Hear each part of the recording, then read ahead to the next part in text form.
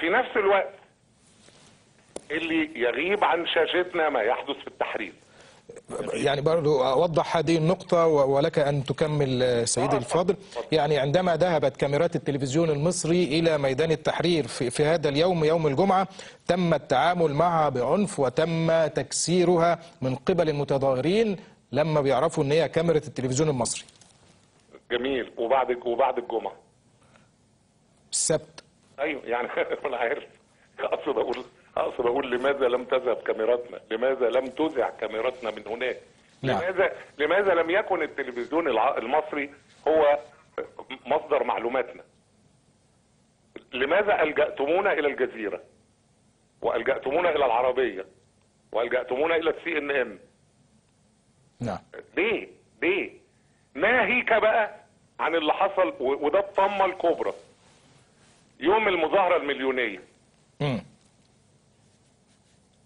نعم. تقوم معمولة مظاهرة فيستك تحت التلفزيون فيها 200-300 نفر، ويصوروها ويذيعوها بالمقلوب وبالمعدول ومن الاول ومن الاخر، والمذيع يا عيني توجعه حنجرته وهو بيقول وهي الالوف تتقاطر.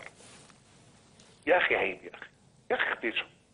يعني ده في عينين شايفه تتقاطر فين؟ الوف ايه اللي بتتقاطر؟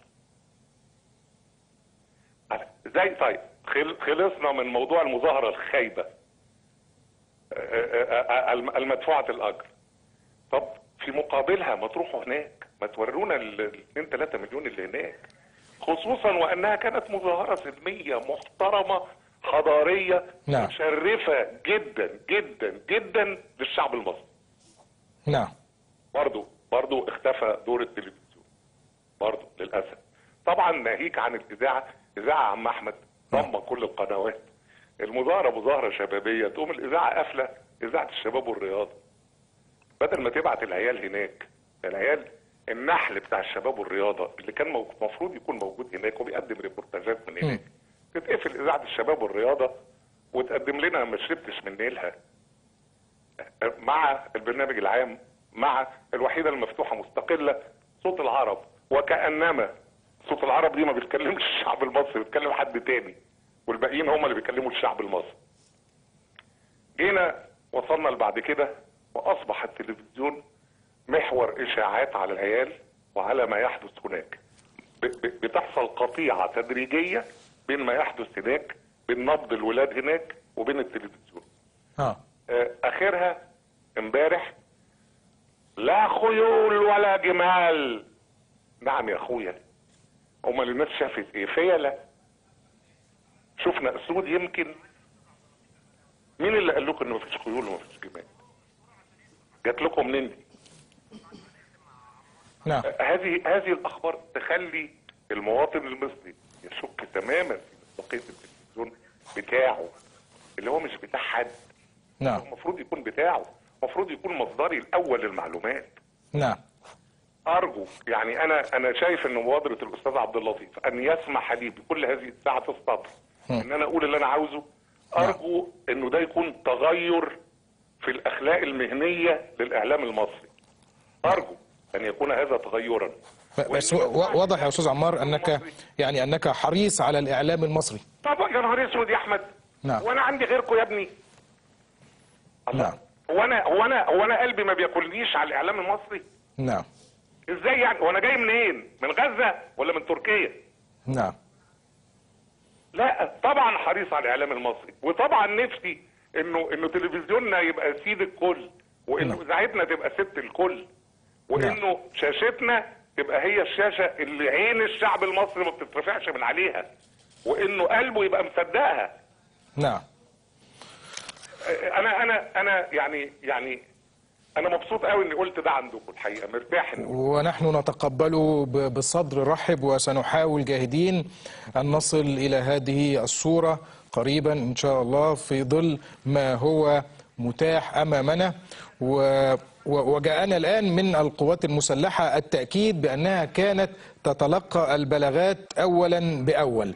استاذ عمار، يعني ذكرت انك اتجهت الى القنوات الاخرى، طب هل اقتنعت بما تقدمه؟ بص بقى، انا لا فكرت اقتنع ولا ما اقتنعش، انا نعم. كنت عايز حاجه تحطني في الصوره هناك، نعم. اعرف العيال بيعملوا ايه. على فكره بس انا ما قلتش ان القوات المسلحه لم تكن تتلقى بلاغاتكم، انا قلت كانت تتلقى نعم. ولم نكن نعرف ماذا حدث، نعم. ودي تفرق كتير. نعم. اخيرا برضو مش عايز التلفزيون بتاعنا يستدرج لشائعات خايبه جدا، زي البت الخايبه جدا اللي طلعت تقول دفعوا لنا $50,000 كل واحد وصفرونا وحطونا وجابونا. يا جماعه قبل بس ما نقول حاجه نفكر فيها، احسبها معايا والنبي احمد ابو سلم. تفضل.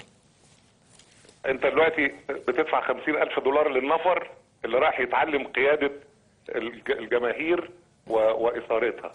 نعم. $50,000 لو كنا 10 دفعوا $500,000، ال20 بمليون، نعم. ال20,000 بمليار. يعني اقصد اقول انه لو هناك جهه سخيه جدا هتدفع $1,000,000 تبقى هتجيب لك 20,000 ثوراجي. نعم. طب اخبار بقيه ال5 مليون ايه اللي وقفوا يوم مين اللي دفع لهم؟ مين اللي جاب لهم اي حاجه في اي حته؟ وضحت يا أستاذ عمار هذه الفكرة. بنشكرك، وسنحاول جاهدين أن نصل إلى كل المشاهدين لإرضاء أذواقهم. تقبلنا هذه الكلمات ونحن سعداء. أستاذ عمار الشريعي، شكرا جزيلا لك. وخير من يرد على هذه المداخلة الأستاذ عبد اللطيف المناوي، رئيس مركز أخبار مصر. أستاذ عبد اللطيف، مساء الخير.